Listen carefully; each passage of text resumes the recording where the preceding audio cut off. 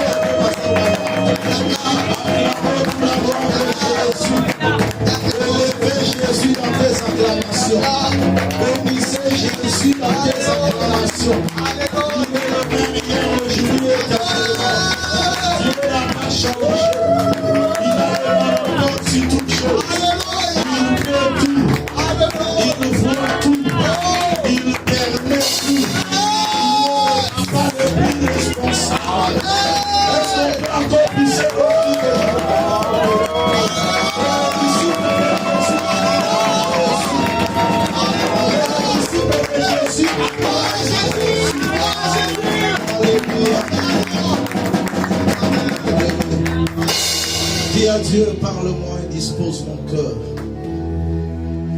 Alléluia.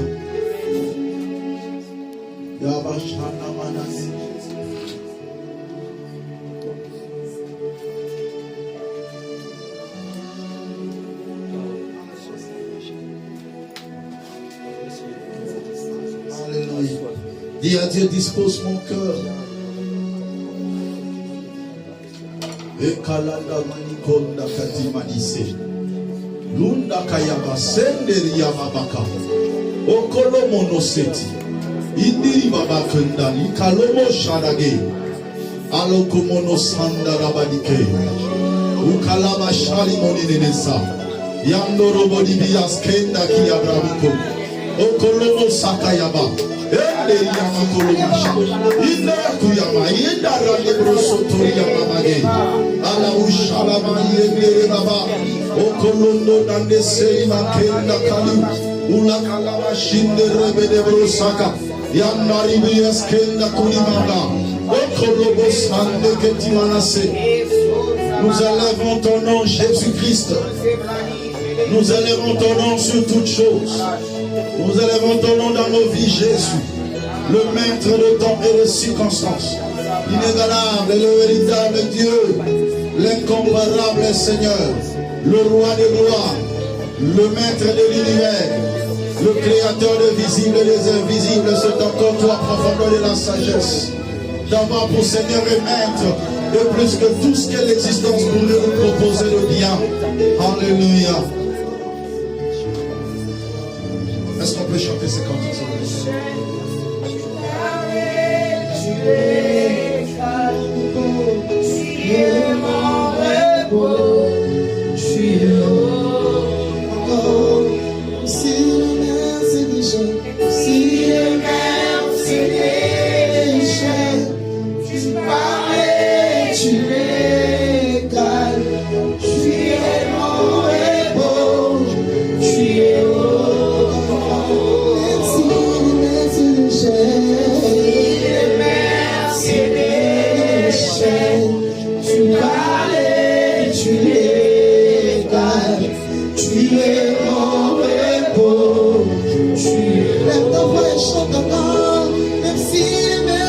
déchaîne, si le mer se déchaîne, tu parlais, tu es calme, tu es mon repos, tu es au fond.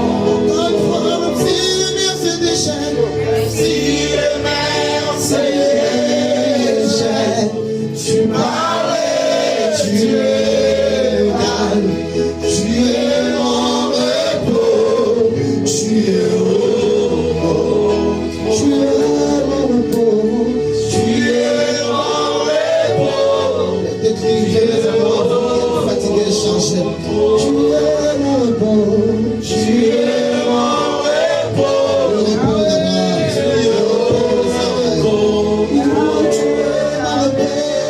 Tu es mon repos, tu es mon repos, tu es au fond, tu es mon repos, tu es mon repos. Fatigué, changé, le genou dans l'oreille. Même si le mer se déchaîne, si le mer se déchaîne, tu parlais, tu es calme, tu es mon repos, tu es au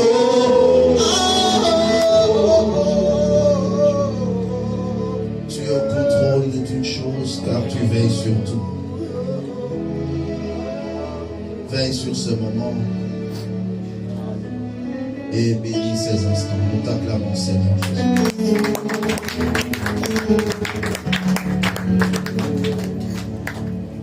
Saluons-nous les uns les autres avec amour et avec joie. Déclare une parole de bénédiction pour ton frère et ta soeur. Je voudrais que quelqu'un prenne un micro pour m'accompagner dans la lecture des Saintes Écritures. Nous souhaitons la bienvenue dans ce cadre à l'Assemblée des disciples de Jésus-Christ. Que le Seigneur nous accorde grâce, paix, bonheur et stabilité. Le Dieu qui nous aime d'un amour infini puisse se révéler à nous. Une saison dans la fidélité de Dieu. Cet enseignement a été introduit par l'homme de Dieu, le frère Josué, enrichi davantage par le berger. Et nous voulons encore apporter quelque chose par la grâce du Seigneur pour nous édifier encore. Tout au long de ce mois de juin, ce mois a été déclaré comme une saison dans la fidélité de Dieu. Alors aujourd'hui, je vais faire un point, un aperçu, et à partir du dimanche prochain, on va entrer encore davantage en profondeur. La fidélité a été définie par plusieurs manières selon la révélation que le Seigneur avait mis dans la bouche de ses serviteurs. Je vais prendre seulement une définition qui me tient à cœur. Je fais un résumé de toutes les définitions qu'ils ont données. Et moi, j'ai résumé une définition parmi tant d'autres.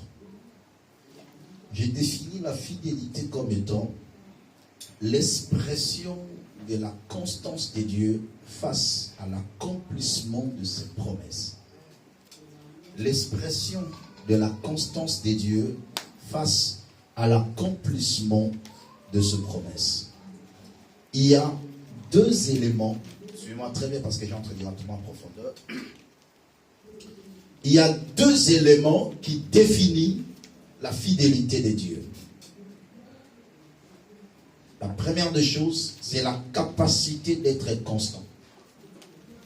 La capacité de rester constant. Deuxièmement, c'est la capacité de réaliser la promesse. Voilà les deux éléments forts qui sera même le socle de notre enseignement.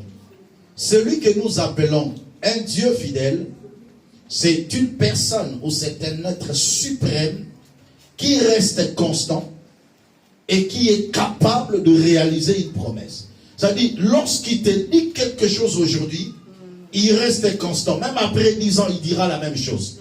Même après 20 ans, il dira la même chose. et à la finalité, il a la capacité d'accomplir.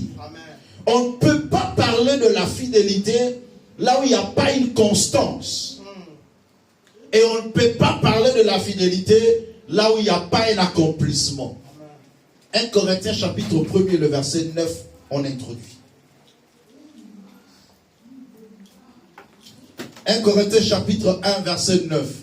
Première phrase. 1 Corinthiens chapitre 1, verset 9.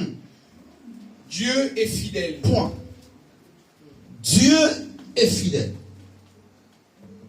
Tout ce qui va aller après, c'est l'explication. Dieu est fidèle. On s'arrête là.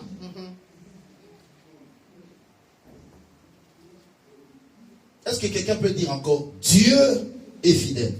Dieu est fidèle. Continue. Lui qui vous a appelé à la communion de son Fils, Jésus-Christ notre Seigneur. C'est lui qui nous a appelés pour que nous soyons des disciples de Jésus-Christ. Il s'appelle fidèle.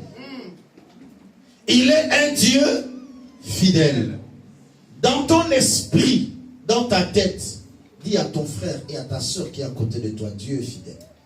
Dieu est fidèle. Premier élément, la capacité de rester constant. Hébreux chapitre 13, verset 8. Lorsque tu jures fidélité à une personne et que tu changes ce que tu n'es pas fidèle. Hébreux 13, 8. Jésus-Christ est le même hier, aujourd'hui et éternellement. Jésus-Christ est le même hier dans le passé, aujourd'hui dans le présent et demain dans le futur. Donc, par rapport à la notion du temps, il est le même. Il est constant. S'il est le même, c'est que sa parole aussi est le même parce que Dieu est sa parole. Et la parole est Dieu. Dieu n'est pas quelqu'un qui dit une chose aujourd'hui, demain il dit une autre, le lendemain il change encore et le surlendemain il dit autre chose. Non. Il est constant. Pourquoi? Parce qu'il n'est pas influencé par la notion du temps. 2. La capacité de réaliser la promesse. Ésaïe chapitre 14, verset 24.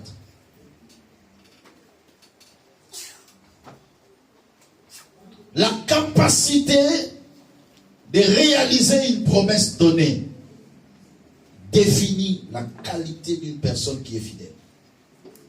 Allez-y. Ésaïe 14. Verset 24. Ésaïe 14, le verset 24. L'Éternel des armées l'a juré. L'Éternel des armées l'a juré en disant, oui, ce que j'ai décidé arrivera. Ce que je décidais arrivera.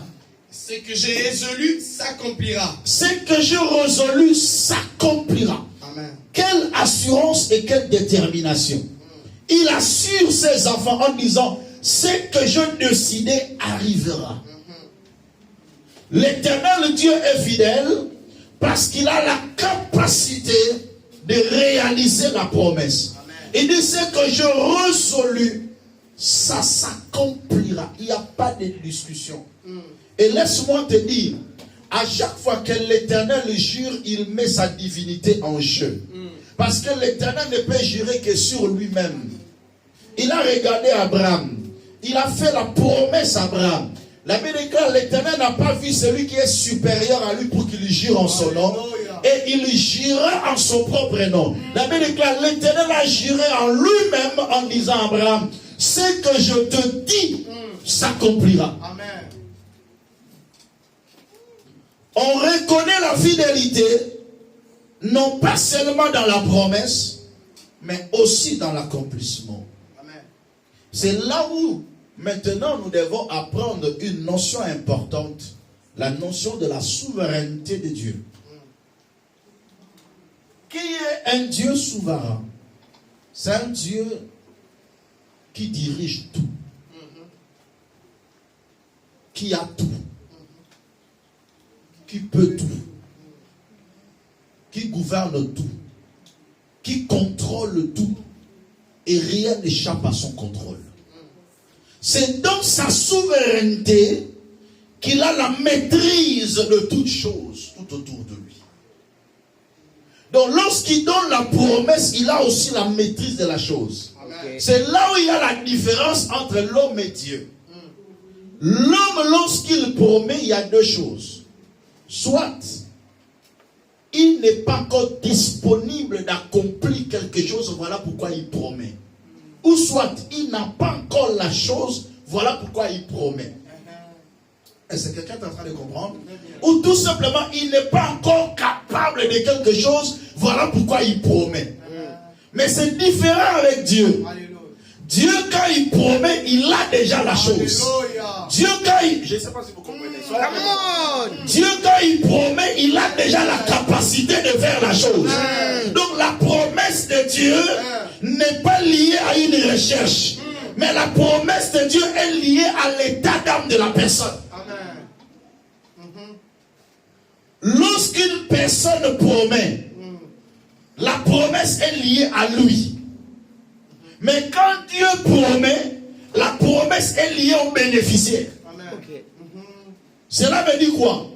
Moi, je peux te dire, viens, je vais te donner 1000 euros. Mais, arrivé, je te dis par exemple, dans une semaine, le dimanche prochain, je te donne 1000. Arrivé le mardi, il y a un imprévu. Je dépense tout ce que j'avais. Donc, pour dire que l'accomplissement de la promesse ne dépend pas des bénéficiaires, mais dépend de la personne qui donne la promesse. Là, c'est dans le cas de l'homme. Donc, ça dit, pour qu'une promesse soit accomplie, il faut que l'homme qui donne la promesse ait tout ce qu'il faut pour accomplir la promesse. Amen.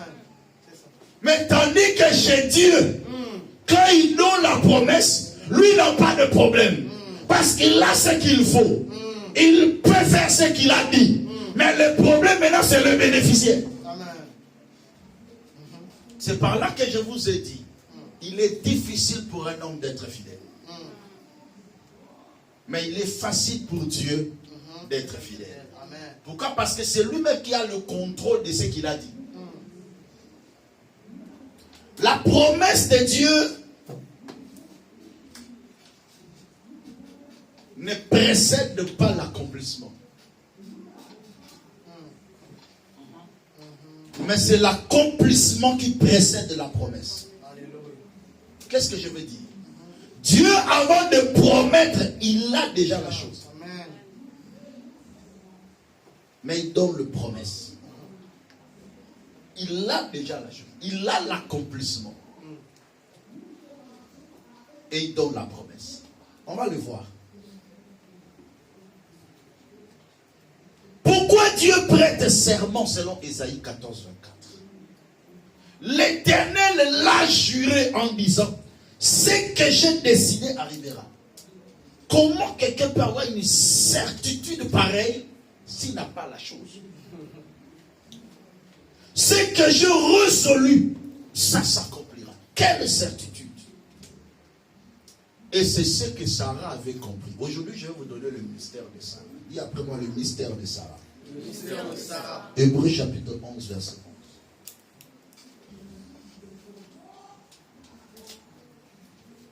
On va lire mot à mot. Rapidement, commençons. Hébreux chapitre 11, verset 1. Verset 11. Verset 11. J'ai lu la parole. C'est par la foi que Sarah, elle-même, malgré son âge avancé, fut rendue capable d'avoir une postérité parce qu'elle crut à la fidélité de celui qui avait fait la promesse. Je vais justifier ce que je dis. Je reprends d'abord ce que je dis avant d'y aller. Je vous ai dit quoi? Quand l'homme promet, il peut ou ne pas encore avoir la chose. Mais il donne la promesse. Donc la promesse dépend de qui? Du prometteur. Tandis que chez Dieu, quand il promet, il a déjà la chose. Et la promesse, l'accomplissement dépendant de qui? De la personne, de bénéficier. Voilà pourquoi on dit, c'est par la foi que Sarah elle-même, Elle-même. Est-ce qu'on a dit Dieu? Non. Elle-même, malgré son âge avancé, elle crut à la fidélité de celui qui a fait la promesse. Qu'est-ce que Sarah a fait? Il dit, celui qui a fait la promesse est fidèle. Qu'est-ce que moi je veux faire? Malgré mon âge avancé, je ne considère pas ça, mais je crois.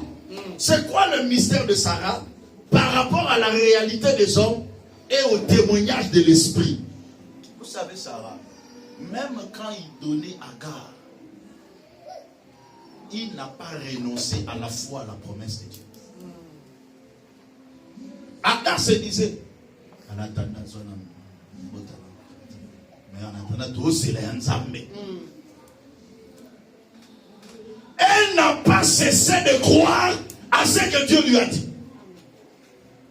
Malgré son âge, ça c'est le témoignage du Saint-Esprit. Ce n'est pas elle-même qui témoigne. C'est l'Esprit qui témoigne des années passées. C'est par la foi que Sarah elle-même, malgré son âge avancé, elle fut rendue capable. Pourquoi? Parce que lorsque quelqu'un reçoit la promesse de Dieu, cette personne peut être butée par des contraintes, par des insuffisances, par ce qu'on appelle en d'autres termes la contre-espérance. Romains chapitre 4, verset 17 à 22. Romains chapitre 4, verset 17 à 22, j'ai eu la parole. Je t'ai établi père d'un grand nombre de nations. Ça, c'est la déclaration de Dieu par l'Esprit au sujet d'Abraham et de Sarah. Allez-y. Il est notre Père devant celui auquel il a cru. Dieu, qui nous donne la vie aux morts, qui donne la vie aux morts et qui appelle les choses qui ne sont point comme si elles étaient.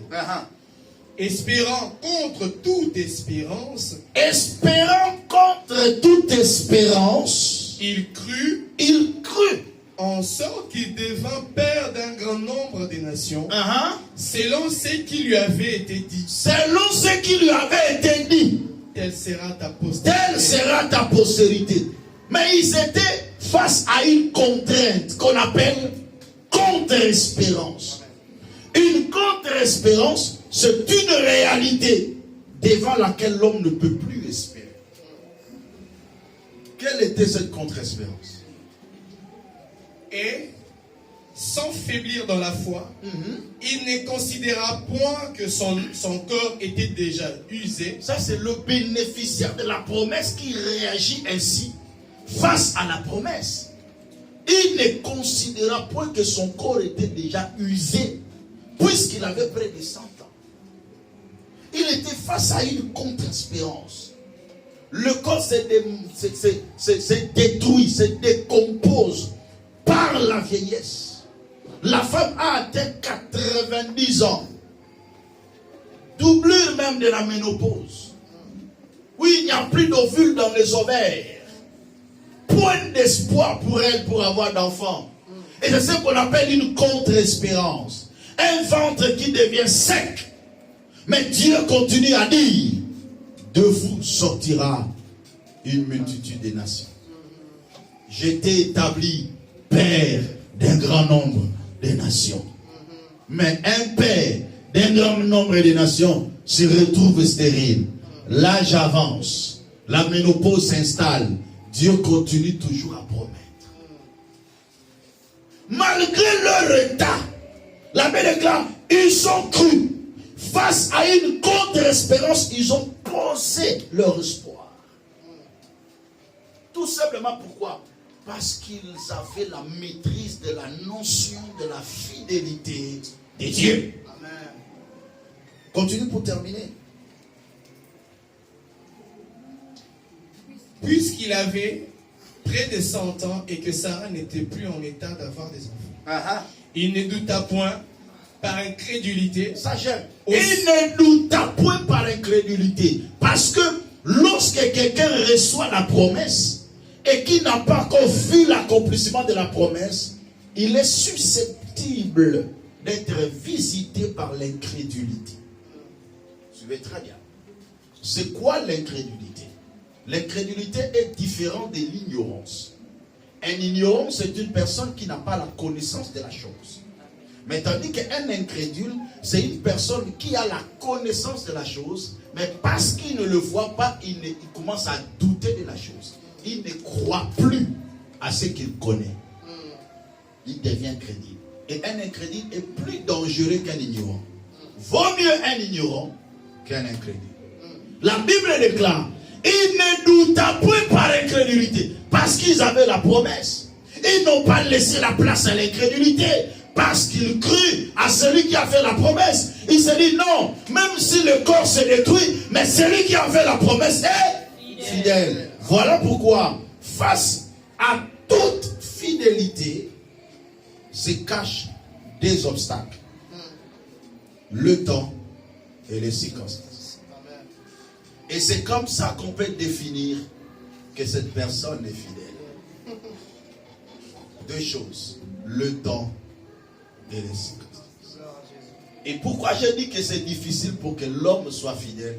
C'est tout simplement parce que l'homme n'a pas la maîtrise du temps et il n'a pas la maîtrise des circonstances. Daniel chapitre 2, versets 20 à 21, je vais expliquer ces deux points rapides.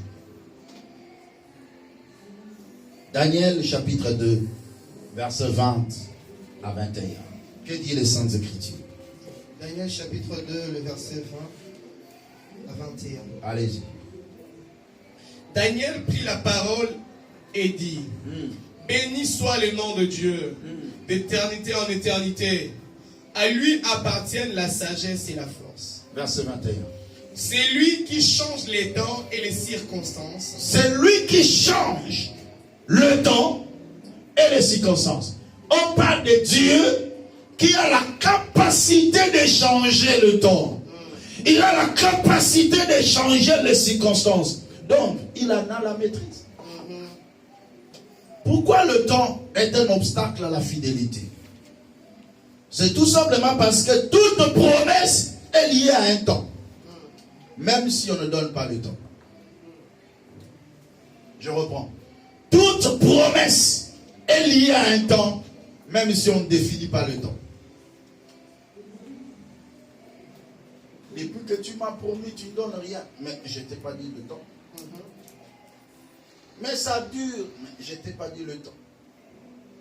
Donc, pourquoi la personne réclame? Parce que on a toujours tendance à avoir les yeux fixés sur le temps lorsqu'on a une promesse. Donc, tu ne peux pas départager la promesse avec la notion du temps.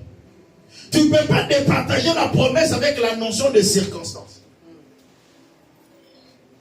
Mais Dieu qui est souverain, comme je vous l'avais dit, Ézéchiel chapitre 12, le verset 28.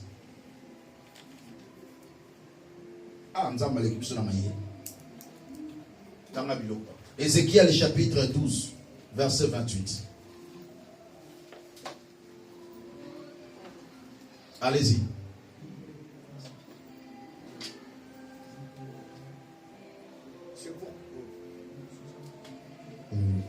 C'est pourquoi, dis-leur, ainsi parle le Seigneur l'Éternel. Dis-leur, ainsi parle le Seigneur l'Éternel.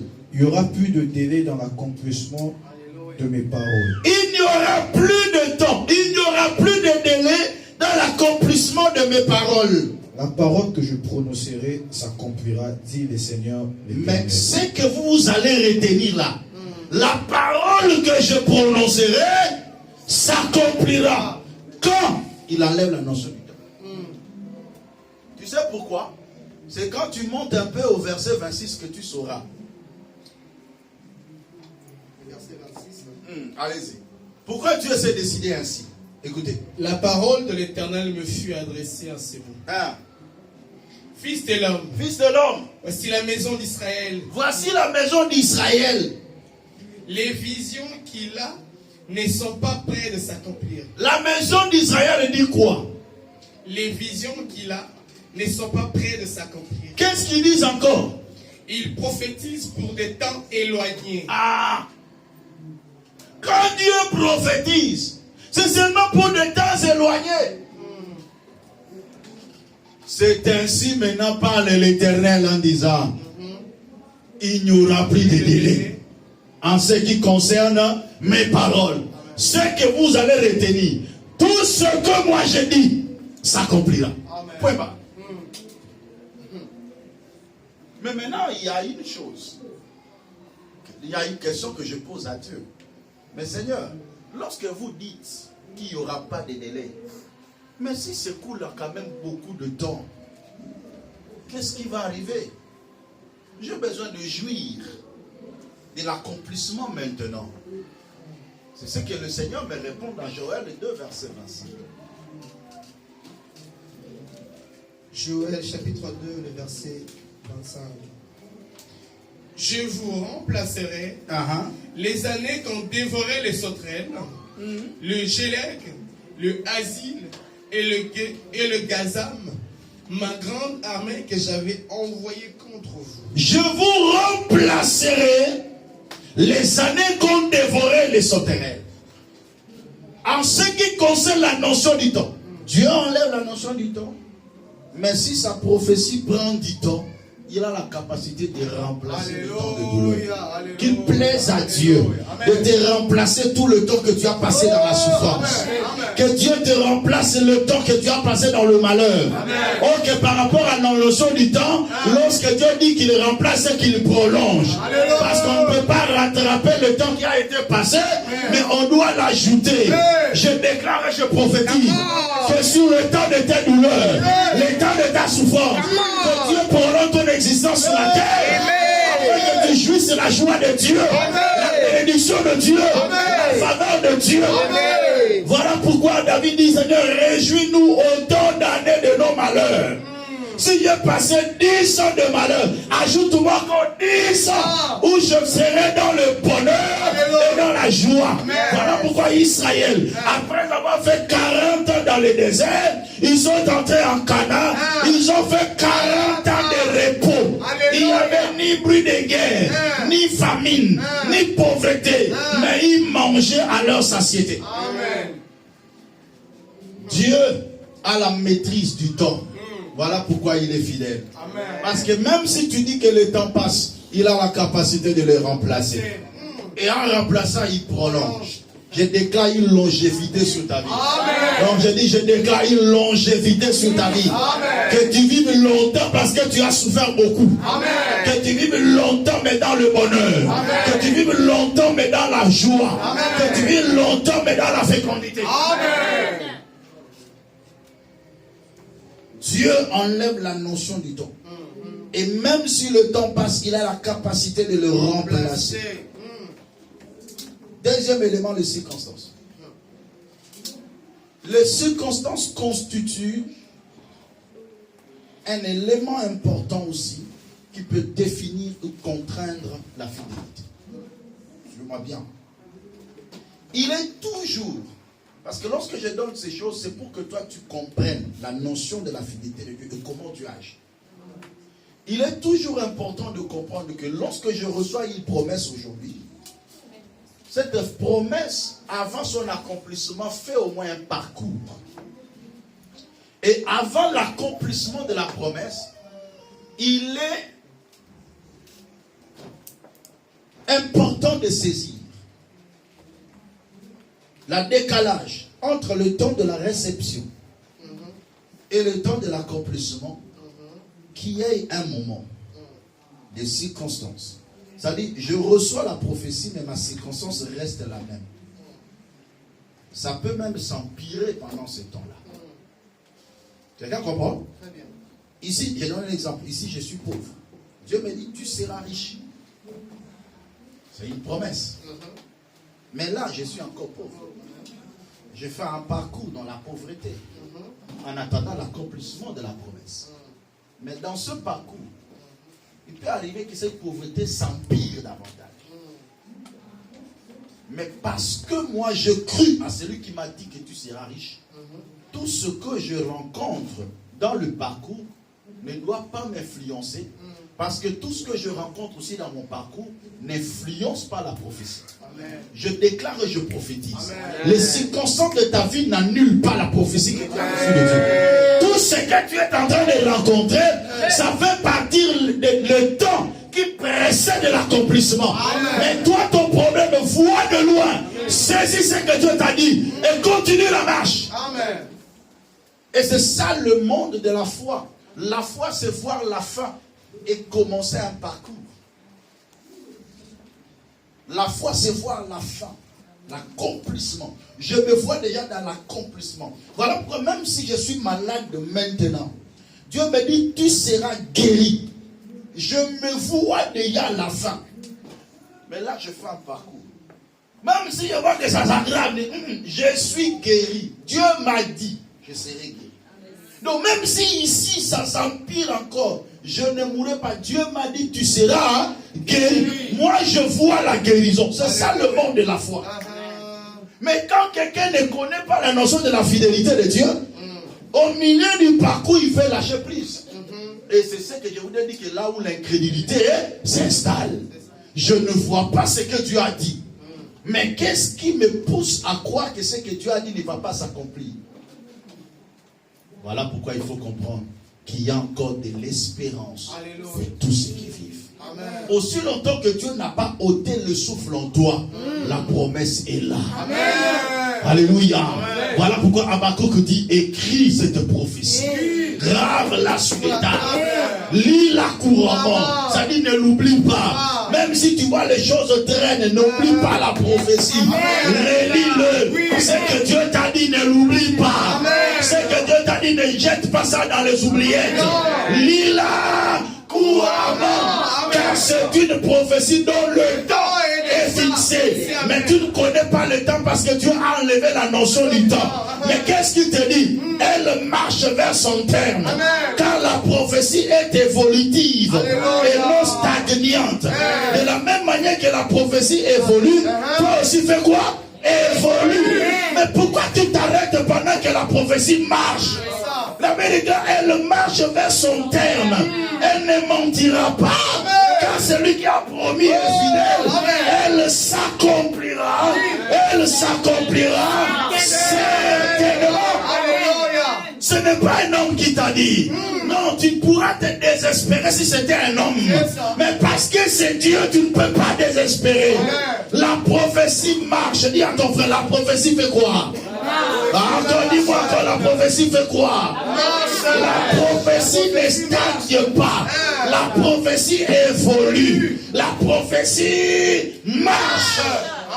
Elle dit, même si elle tarde, Dieu a levé la notion du temps. Je n'ai plus les yeux fixés sur le temps, de peur que le doute s'installe en moi. Je n'ai plus les yeux fixés sur les circonstances, de peur que je dise que non, celui qui m'a promis était un menteur. Non, moi j'ai les yeux fixés sur quoi? Sur la prophétie. Amen.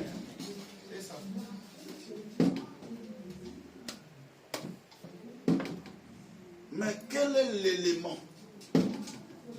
qui fait d'une personne fidèle malgré tout ce que je dis? Psaume chapitre 40, verset 18. Je veux partir du connu pour faire sortir l'inconnu. Partir du connu, je veux partir sur base d'un homme avec une femme. Parce que la relation de la fidélité de Dieu aussi peut s'expliquer dans ce genre de cas pour une bonne compréhension. Vous savez, parfois quand on bénit des mariages, il y a des gens qui se jurent fidélité. Mon papier, mouchoir, tendre. Tu as des joues comme la pomme. Je te promets fidélité. Papa, vous êtes pour ça, chérie. Quand on promet que tu sois fidélité. Le bagage est dans la barrière, l'histoire ici, tu continues. Alléluia. Bon, on a une page. Psaume chapitre 40, verset 18. Lisez, je vais lire. Je vais écouter ça. Moi, je suis pauvre et indigent. Je suis pauvre et indigent. Mais le Seigneur pense à moi. Mais le Seigneur pense à moi. Ne peut être fidèle qu'un homme ou une femme qui fait de son partenaire un objet principal de ses pensées. Amen. Attends, la peine à vous n'a qu'à ça. Moi, c'est n'a pas.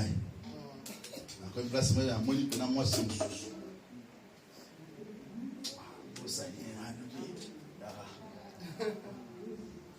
On restera fidèle si son partenaire reste l'objet principal de tes pensées. Et David dit ceci. Moi, je suis pauvre. Je suis indigent. Mais l'Éternel pense à moi. Ah! Frère, quand nous lisons, tu vois que c'est comme si c'est facile. Non. Amenons cela selon la logique des gens. Les gens pourront dire, à cause de sa pauvreté, c'est comme si Dieu ne pense pas à lui. Et c'est ce qui se passe dans ta tête. Lorsque tu souffres, tu te dis, c'est comme si Dieu ne pense pas à moi. Mais David a compris, au-delà de toutes choses, même si je souffre, même si je suis malade, même si je suis pauvre, je suis indigent, mais je suis toujours l'objet de pensée de Dieu. Or que quand Dieu pense à moi, automatiquement il pense à ses promesses. Et quand il pense à ses promesses, il se dit aussi longtemps que cet enfant ne le vit pas, je ne suis pas fidèle vis-à-vis de lui. L'objet principal des pensées de Dieu fera de Dieu un Dieu fidèle.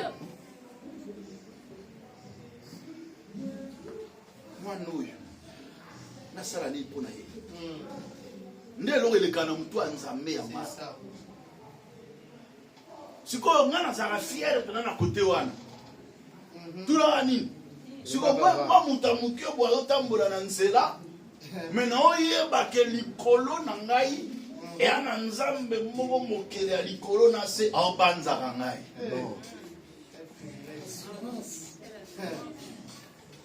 Siko yo situation nini ya vie na ngai ko compliqué. Po ye azo banza ngai. Yango David dans la dimension du kamoyo abandi ko mituna. Mais qui est l'homme pour que l'Éternel pense à lui? Dans la notion de la fidélité de Dieu, yebisa muninga komizwaka petete.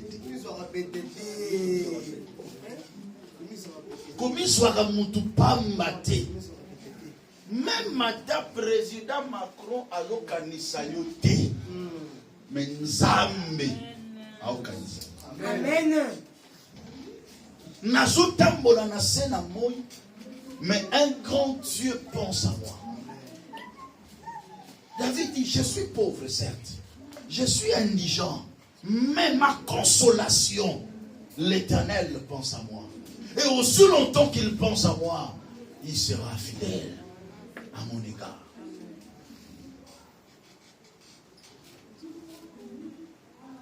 Hébreux chapitre 2, versets 5 à 6. Hébreux chapitre 2, verset 5 à 6. En effet, ce n'est pas à des anges que Dieu a soumis le monde à venir dont nous parlons. Or, quelqu'un a rendu quelque part ce témoignage. Qu'est-ce que l'homme? Pour que tu te souviennes de lui. Ou le Fils de l'homme. Pour que tu prennes soin de lui. Pour que tu prennes soin de lui. Dieu prend soin de toi. Tout simplement pourquoi? Parce qu'il ne veut pas être infidèle. Nzamba me manga bobo la kanga.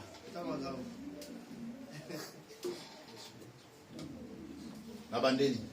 Nzambe amemangambo po la kanga. Nakoko lekisa prière na ngai ya mokolo te soki na rappeler Nzambe bilaka na ete. Et c'est ce qui doit être la motivation de la prière. Vous savez, dans la prière, ne multipliez pas le mot. Dans la prière, rappelle à Dieu sa parole par rapport à ta situation. Et tu attestes maintenant ta foi. Seigneur, tu m'as dit ceci. Voilà ce que je vis. je déclare, je ne suis pas ce que j'ai vu, mais je suis ce que tu as dit. Je le confesse de ma bouche. Même si c'est impossible, comme ça, possible. Pourquoi? Parce que yo yebi, pe omiyebi. Oyebi likolo na yo oyo apesa ilakaza fidèle. Suko yo suko nozana o comparaka nzambe mona mwasi mo ba desebaka yo. Tona mubali moko ba desebaka yo. Suko bari basi ata ba pesi bilaka ba kokisaka na bango te. Mibali zo ba pesi bilaka ba kokisaka na bango te. Suko yo ozwa ngo pena suko latsa ngo nzambe.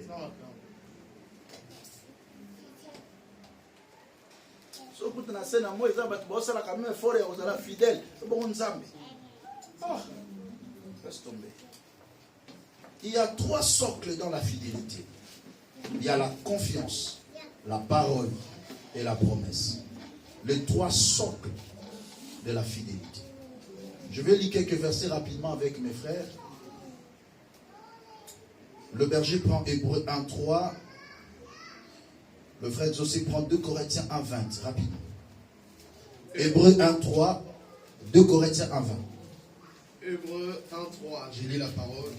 Et qui, étant le reflet de la gloire, étant le reflet de sa gloire, et l'empreinte de sa personne, et l'empreinte de sa personne, et soutenant toutes choses par sa parole puissante, soutenant toutes choses par sa parole puissante. Dieu soutient toutes choses par sa parole puissante. 2 Corinthiens 1:20. 2 Corinthiens 1:20. Car pour ce qui concerne toutes les promesses de Dieu, pour tout ce qui concerne toutes les promesses de Dieu, c'est en lui qui est le oui. C'est en lui que le oui. C'est-à-dire, Dieu dit oui à ses promesses. Donc, c'est-à-dire, il est sûr, il est d'accord, il affirme et il confirme sa promesse. Et puis, c'est pourquoi encore l'amen, par lui qui est prononcé par nous la gloire de Dieu. C'est pourquoi encore l'amen est prononcé par nous. C'est nous qui doivons prononcer amen. Mais lui, il dit oui à ses promesses. Parce que lorsqu'il promet, il a tout ce qu'il faut. Il dit oui à ses promesses. Mais nous, maintenant, nous devons dire quoi? Amen. Ça dit que ça soit ainsi. Que ça s'accomplisse comme Dieu l'a dit. Comme Dieu l'a promis. Je termine ma prédication en ouvrant une brèche sur la prédication de dimanche. Pour qu'une personne soit fidèle, il doit avoir certaines qualités. Ainsi, on va commencer à parler sur les qualités qui soutiennent la fidélité de Dieu. Les qualités qui font que Dieu soit fidèle. Quelles sont ces qualités? Et je l'explique rapidement. Dieu est amour. Parce qu'il nous aime, il accomplira ce qu'il a dit. Dieu est juste. Comme il n'aime pas l'injustice, il veut que tu sois bénéficiaire de la prophétie qu'il a dit sur toi. Dieu dit toujours la vérité. Quand il a promis, il n'a pas menti. Dieu est omniscient. Quand il a promis, il n'a pas oublié sa promesse. Voilà pourquoi il accomplira cette promesse. Dieu est compatissant. Parce qu'il a compassion de toi lorsqu'il te voit dans une situation difficile. Cependant, il avait donné une promesse. Dieu est puissant. Même si quelqu'un s'est levé pour l'empêcher d'accomplir la promesse de Dieu, personne ne saura l'empêcher parce qu'il est le Tout-Puissant. Dieu a des possibilités. Tout simplement parce que lorsqu'il promet, il a tout ce qu'il faut pour accomplir la promesse. Dieu a la capacité de prise en charge. Il t'a pris en charge dès toute ta naissance. Tu as vécu tant de choses et rien ne l'empêchera d'accomplir ce qu'il a promis dans ta vie. Que le Seigneur vous bénisse. Que le Seigneur bénisse sa parole. Qu'est-ce que tu vas dire à Dieu aujourd'hui dans ta prière? Tout simplement, Seigneur, voici ce que tu m'as dit. Et voici ce que moi je vis. Cependant, tu es un Dieu fidèle. Cependant, tu es un Dieu qui accomplit la promesse. Parce que tu m'as fait la promesse, tu es fidèle. Lève-toi. Tu as deux positions, soit tu peux te mettre à genoux en prière, soit tu peux rester debout en prière.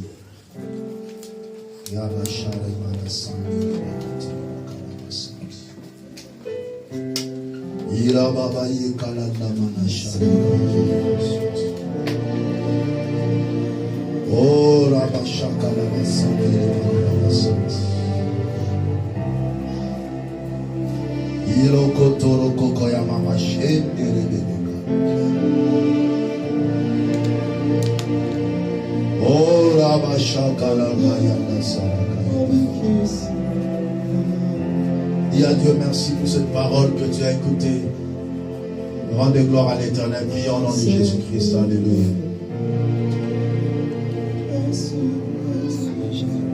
Seigneur, nous te disons merci pour cette parole. Merci d'avoir disposé notre cœur et notre esprit pour comprendre cet enseignement, Seigneur. Étant un Dieu fidèle, Papa, aujourd'hui nous venons te dire merci pour ta fidélité dans nos familles, dans nos vies. Tu es un Dieu fidèle. Voilà pourquoi nous prions. Tu es un Dieu fidèle. Voilà pourquoi nous approchons devant ton trône de grâce.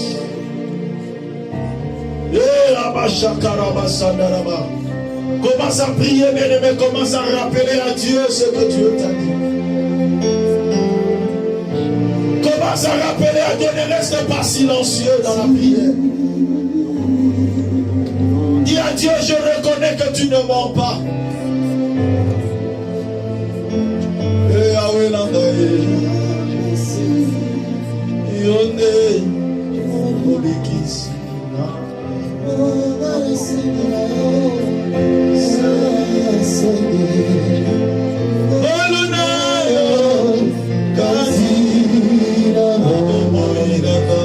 Rappelle à Dieu sa parole.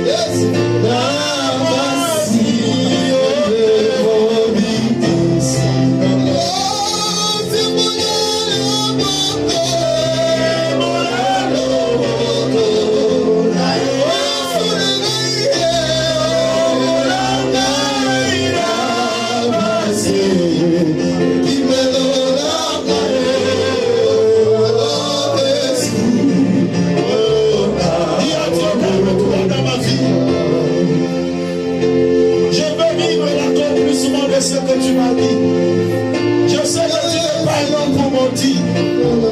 Je sais que tu n'es pas ficelé pour se repentir.